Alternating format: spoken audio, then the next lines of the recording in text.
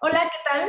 Es un gusto estar con ustedes en esta sesión sorpresa de nuestro quinto Foro Hispanoamericano de Periodismo Científico que hemos titulado Foro, COVID y más allá. Por problemas en su agenda no pudimos tener a nuestro invitado como parte de las actividades en vivo, pero amablemente nos regaló este ratito para poder hacer una conversación pregrabada. Así que lo que van a ver a continuación pues ya ocurrió hace unos días. A pesar de no ser una entrevista en vivo, estoy pues bastante segura que lo vamos a disfrutar mucho por la experiencia, el talento, los logros de nuestro invitado.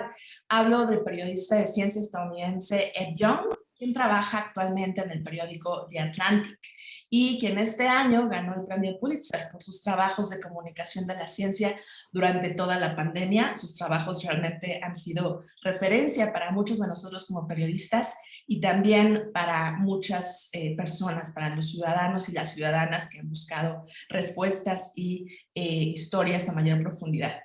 Dear Ed, thanks a lot for being here. Thanks for having me. It's a pleasure. Let me start with a question about your professional identity. You have a master's degree in natural sciences, especially zoology, and another one in biochemistry, I guess. So the natural way for you would have been to become a scientist. But then you started to writing a blog, explaining scientific issues, writing a book. So you became a science communicator. And nowadays it is very difficult to see you in a role different from a science journalist, which I guess is how you define yourself. So I want to know, what was the moment, if there was one, when you realized that you were a science journalist? That's a really good question. Like you said, I tried to be a scientist for a while. Was very bad at it, and then started writing about science, which I was much better at. I think it was only really about 4 years or so into writing my blog that I really started self-identifying as a science journalist. And I think part of the difference between that and just being a science communicator is like what you see the core of your mission being. I think a lot of science communicators see themselves as being celebrants of science, that their job is to promote the scientific enterprise. As a science journalist, I don't see that. I think my job is to tell our readers about what's going on in the sciences and help them make sense of the world. Our job is also to be critical as well as celebratory. Much of what we write feels very similar to what's traditionally known as science communication. If I'm writing about a fun piece of animal behavior, there's not much of a gulf there. But I've also written a lot of pieces about science's flaws, about reproducibility issues. My most recent piece at The Atlantic is about how science is failing people with long COVID. And I think that is core to what journalism should be. It's not just acting as cheerleader for the area that we're covering, but also as a watchdog. We're revealing bad stories as well as telling the good ones. In the same sense that you're talking, I guess there's a lot of people in Latin America, maybe that they are watching us now in your same situation in the past, I guess, like they studied a scientific career, but they really don't feel the need to become a scientist. A lot of them will naturally think in becoming science communicators, like in general, no? Which may allow them to explain the things they already know, but maybe most of them are not considering or have never thought to become a science journalist. So from your experience, what change would they do to become a science journalist from having a scientific background? Yeah, that's a really good question too. Yeah, so my traditional answer is that experience on the job is probably the most important thing. Having a scientific background, actually, and I'm sad to say for people who have one, it isn't all that helpful.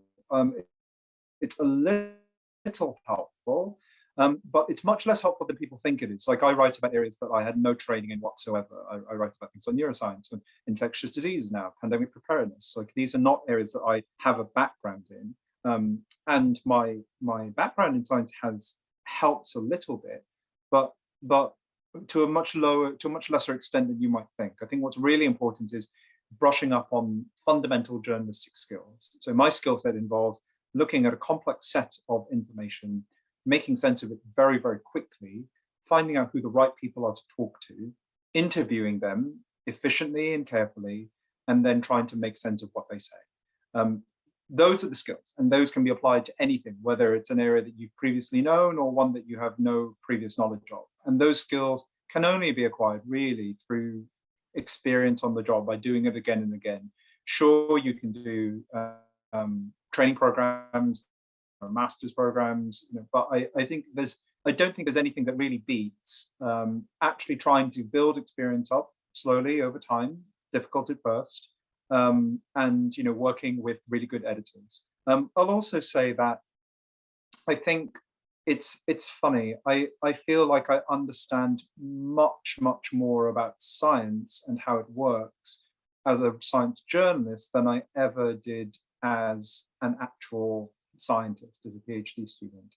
I think that working in research often completely blinds you to the wider nature of science, the sociology of science, the culture of science, because you're so immersed in it. And I think that part of being a good science journalist involves actually understanding that, and so understanding the climate in which science operates, the way financial incentives skew the scientific enterprise, the way in which the publish or perish mentality affects the quality of work that's done. All of these things are really important for actually providing context for the things that we're writing about, and for understanding big scientific issues like the pandemic.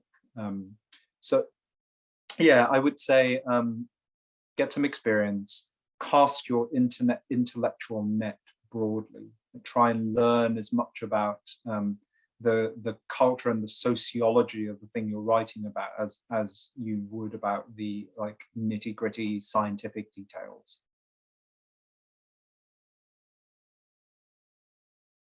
Oh, Aleida, you're great. Yes.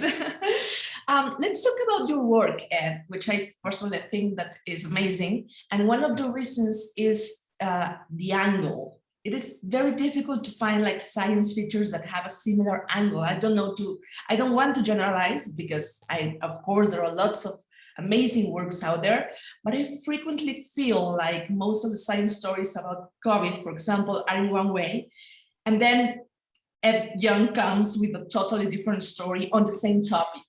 Or, for example, I really do my best to cover COVID from an original perspective, and when I read your stories, I always say why I didn't think of that, very obvious things that I didn't imagine. So I want to ask you about this. How do you choose the topics and the angle of your stories? How do you get ideas to cover COVID in an original way? Yeah, it's a really good question. I think part of it is teamwork. So I have a great set of colleagues at The Atlantic, and we are all constantly thinking about this problem and talking to each other about this problem and trying to work out between ourselves what are the right stories to cover. Some of it is to do with attitude. I think a lot of journalism ends up being quite fragmentary. It's like you're looking at, it's like a topic like the pandemic is this big sculpture, and we're just chiseling off small fragments and presenting those to our readers. So many stories end up being very small. Many stories end up being very newsy. It's like, how did case rates change yesterday? What did this one new paper say? We do a small piece. You write a 600-word story about it, and you publish it, and off you go into the next one. Sometimes that model can work, and it obviously has an important role to play. But I think that when you're in the middle of a crisis like the pandemic, which is so broad and so multifaceted, that approach is also very limited.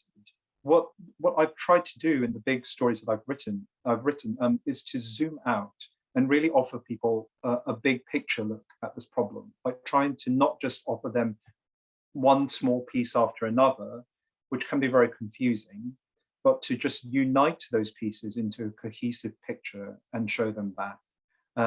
And that's been at the core of almost all of our pandemic work from myself and my other colleagues at The Atlantic. We've almost tried to foresee the big questions that people were asking before they actually even realized that they were asking those questions. Like in March of last year, I wrote a big piece that was called "How the Pandemic Will End," because I think everyone was in lockdown, everyone was very confused, and that was the question in everyone's mind. It's like, what happens now? Similarly, this year with Delta resurgent, I wrote a piece called "How the Pandemic Will Now End," because that is the question in everyone's mind right now. It's we seem to be back at square one. Are we? Like, what happens now? And I think sometimes our training and the pressures upon us in this industry force us to think about story ideas for our own sake. It's like, I have to write a story. What story can I write? I have deadline pressures. I need to write X number of stories this week. What stories can I do? And what I'm grateful to The Atlantic for is giving us the space to ask a different question, which is, what stories are going to be most useful to our readers right now?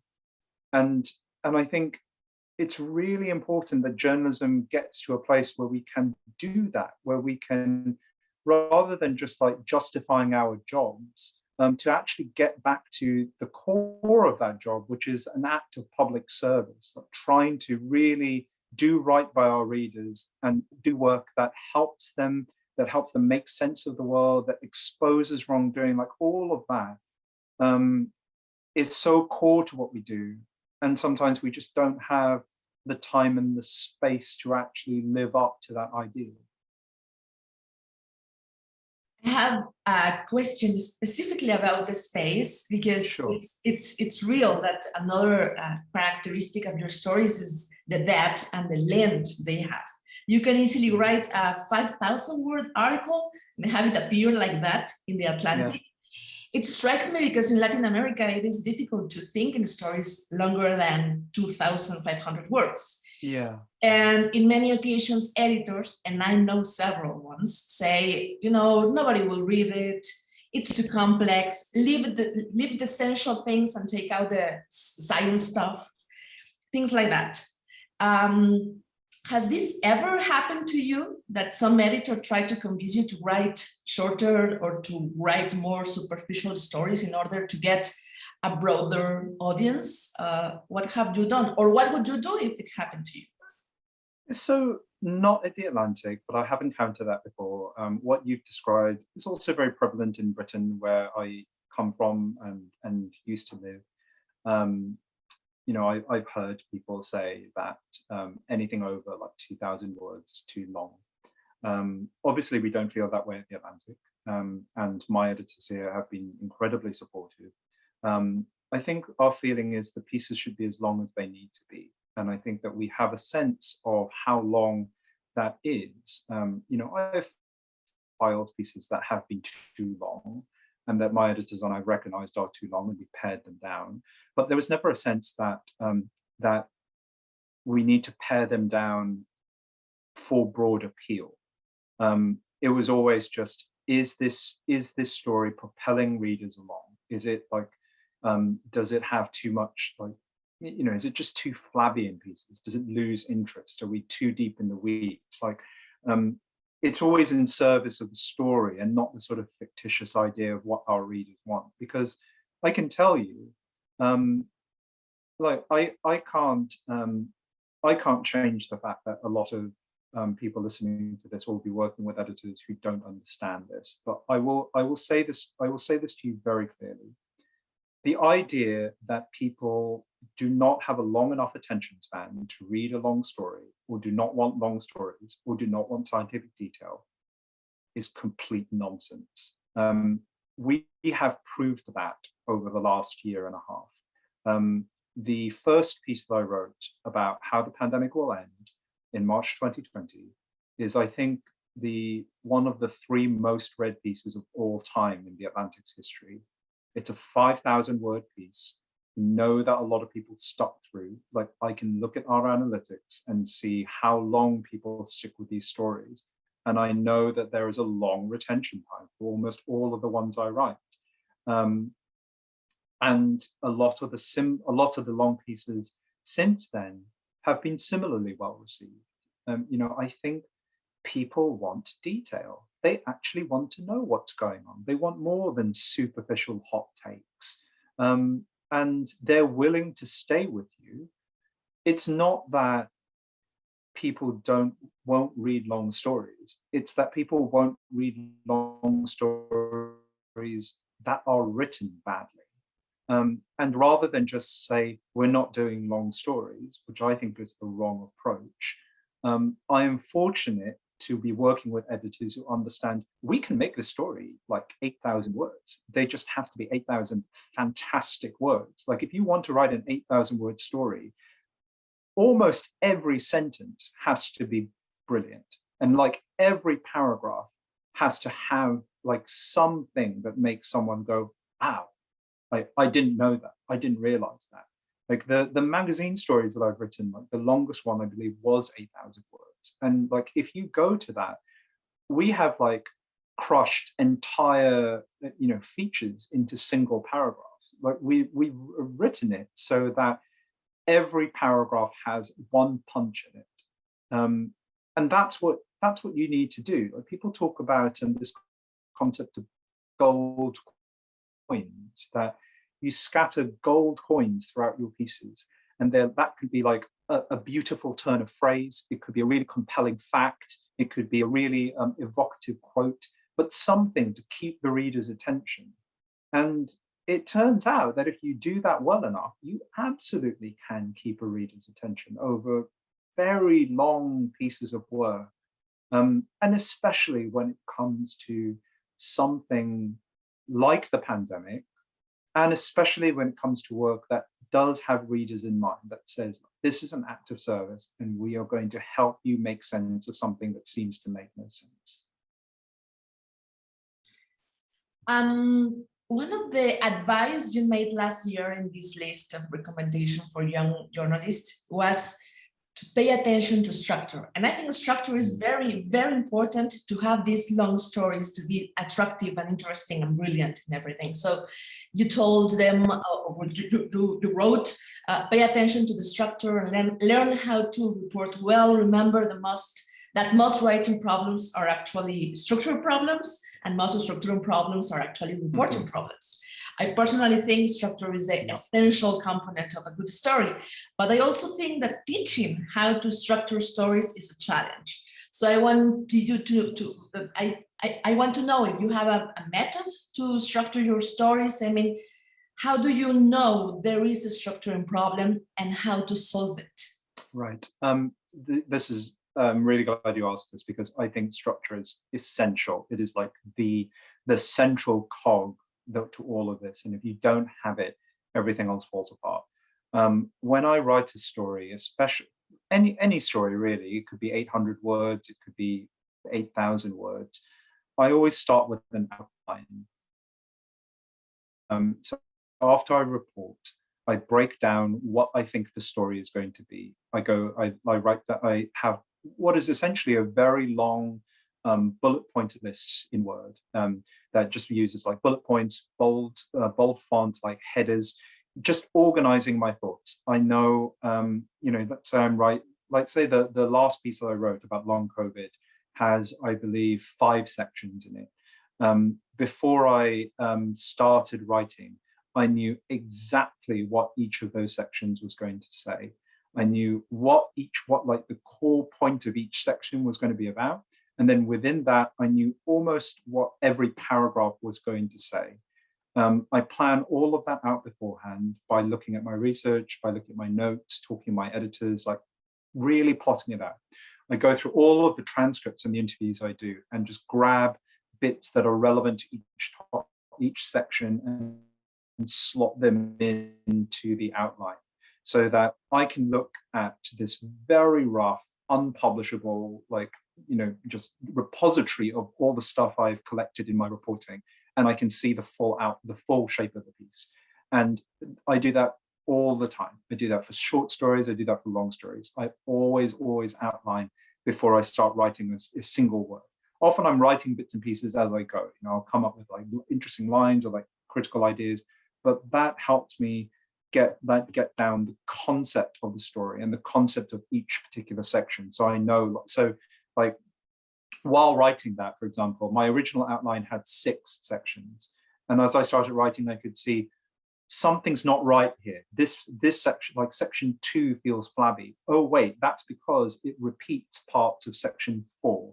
So actually section 2 and 4 belong together and I'm going to move that up. Or like section 3, it turns out doesn't belong here. It belongs at the end of the story. So I'm going to move section 3 to the end. Like if you actually have that outline, it's much easier to troubleshoot what is going wrong. And if you don't have that outline, you just get to a bit where you stop in the middle of a blank screen and just panic. Like, what are you going to do? I always know because I have a structure to work on. And sometimes, and so when I say most writing problems are structuring problems and most structuring problems are reporting problems, here's what I mean. If I just can't write something, if I'm stuck, if I don't know where to go from where I am, it's almost always because something about the structure is not working.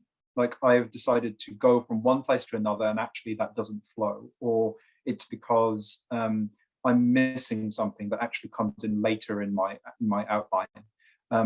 But I can look at that outline and work out what the problem is. And sometimes, so this is what I mean when I say most structuring problems are actually reporting problems. Sometimes the problem is that I don't know enough, that I haven't found enough to plug a crucial hole in the structure, and I need to find out more. Again, that becomes clear if you have a structure in place. So yeah, always do that is my advice. It is hard to learn, but the good news is that structure is one of the most obvious parts of any piece of writing. Like you can look at any of my pandemic stories, and it is impossible for you to reverse engineer like the interviews I did to get those quotes, right? That is opaque to you. It is lost in the process of writing. But the structure is there. Like you can look at a story and you can see 5 sections, and you can look at them and you can write down what each of those sections does. You can then look at each section and write down exactly what I did in each paragraph. So you can pretty much reconstruct my outline and my structure just from looking at the pieces. And many of the best writers and editors I know do this a lot. I did this a lot when I first started. Like if you read a piece of work that makes you go, wow, that's incredible, actively deconstruct the structure, like break it down in that way. And sometimes I do this while I'm writing. Like if something isn't working, I will take what I've already written and reverse outline. I will try and go like, okay, what does each section say? What does each paragraph I've written say? And sometimes if you do that and you just see it in bullet point form, it's so obvious. You can really just look at it and go, oh, the reason why this isn't working is that these 2 ideas that I put next to each other have nothing to do with each other. So pay attention to structure. You can spend a lot of time looking at work that's existing and reverse engineer structure and learn how to do it that way. Great. I want to focus a little bit on the issue of the audiences, because it's clearly a challenge to identify who they are and how much impact our stories have of them. Do you have any kind of contact with your readers? I noticed that you have an email at The Atlantic and you have like an automatic message in which you say that you can't answer all the messages you receive because I think there are a lot, but you read them all. So I understand that you don't have an interaction through the mail, but do you connect with your audience in any other way? And if you do you know who they are, who your audience is, and how would you describe them? I mean, I know some of who they are through those emails, and I will say that sometimes journalists spend science communicators especially spend too much time trying to granularly think about who their audience is. I think of our audience in a pretty simple way.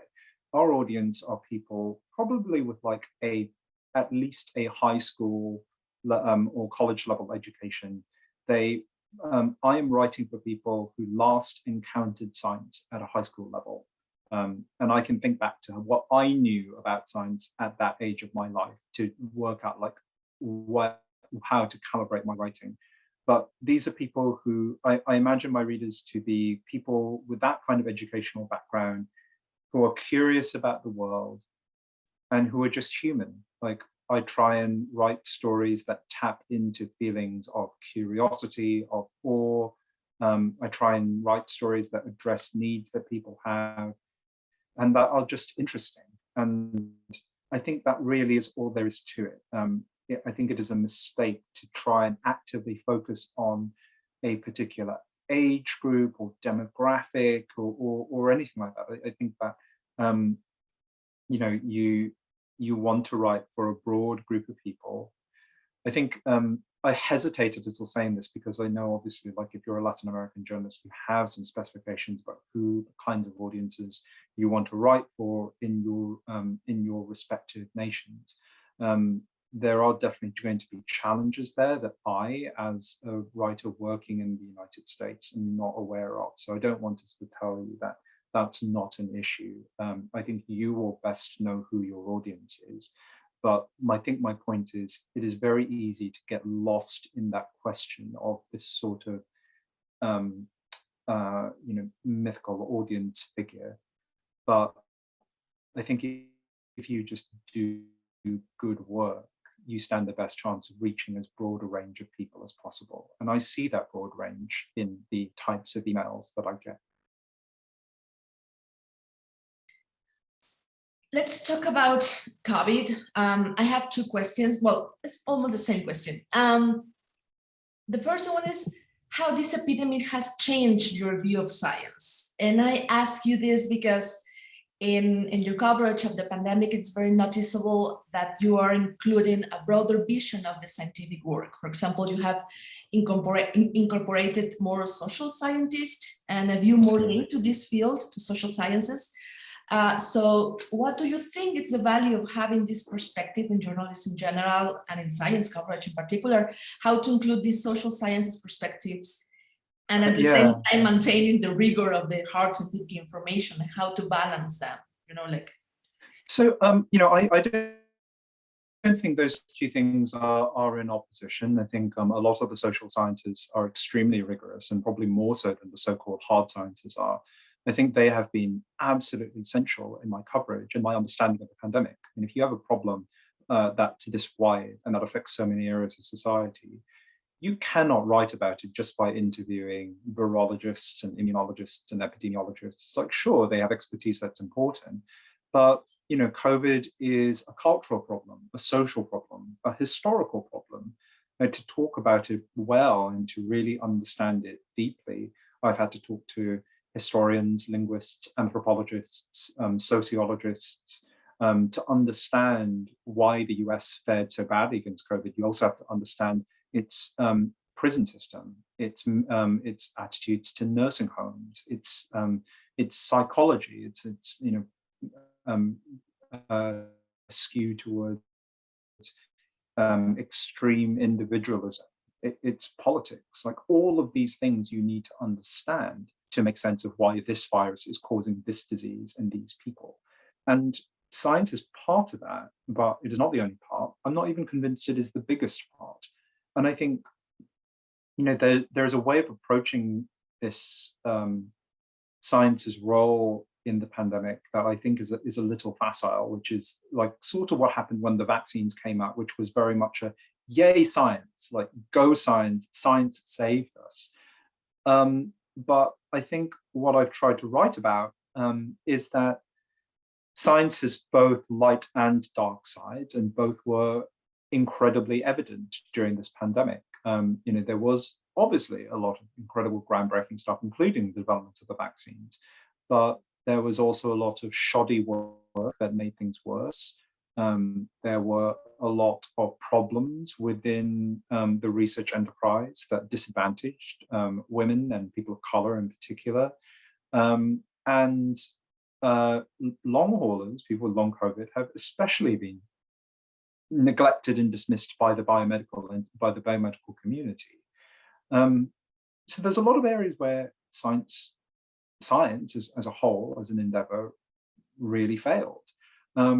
And even in areas where it succeeded, it's not a simple story. I mean, like, consider the vaccines, like a tremendous scientific achievement, but also one that reflects America's and perhaps the world's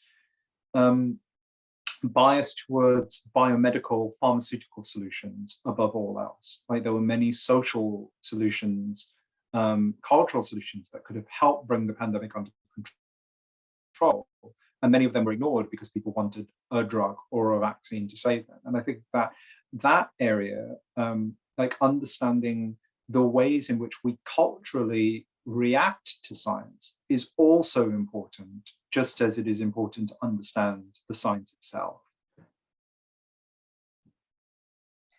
My last question, Ed. One of the main challenges that science journalists in Latin America face is getting a job in media, but a job that allows us to make a living from doing science journalism, that allows us to write in-depth stories the way you do, stories that escape from the traditional name of soft news. That is something very, very common here. Stories that are not guided by the scoop or the likes or the followers, but also on scientific evidence, clear explanations, attractive storytelling, etc. And one of the oldest excuses for not offering this type of jobs is that science doesn't sell.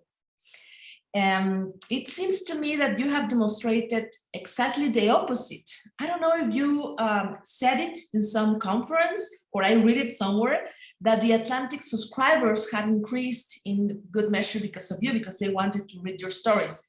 If this is true, it would mean not only that science does sell, but that it could even increase the media profits. What do you think about this? Why would you tell Latin American media owners or editors that it's worth including and investing in science journalism?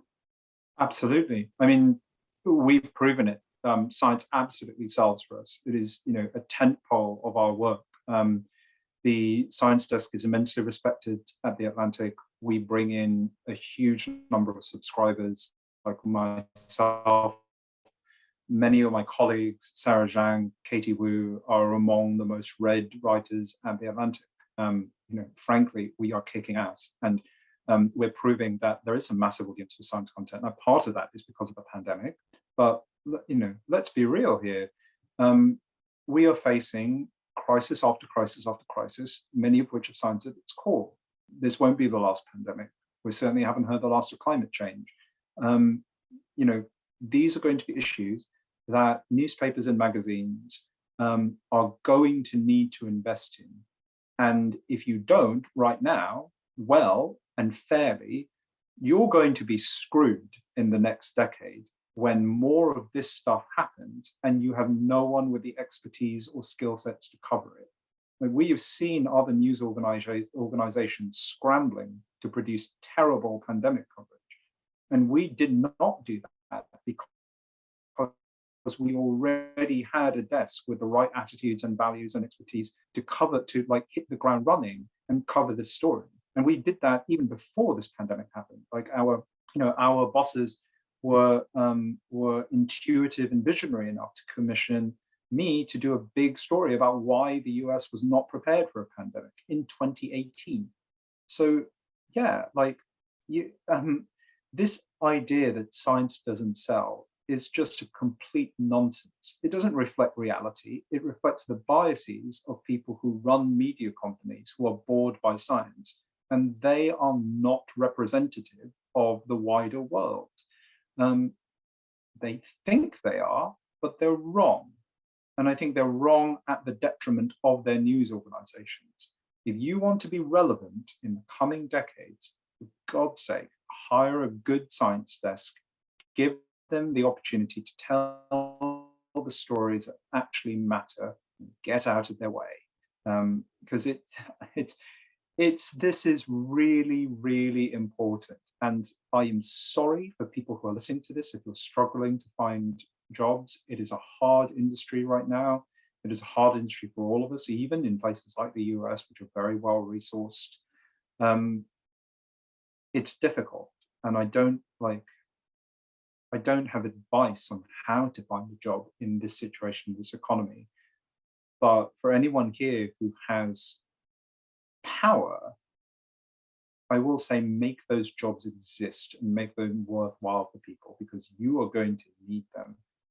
And for everyone else, like, if people in positions of power are not giving you the opposition, or not giving you the opportunities you need, hold to each other, like try and find communities and collaborators among other people at the same career stage as you are.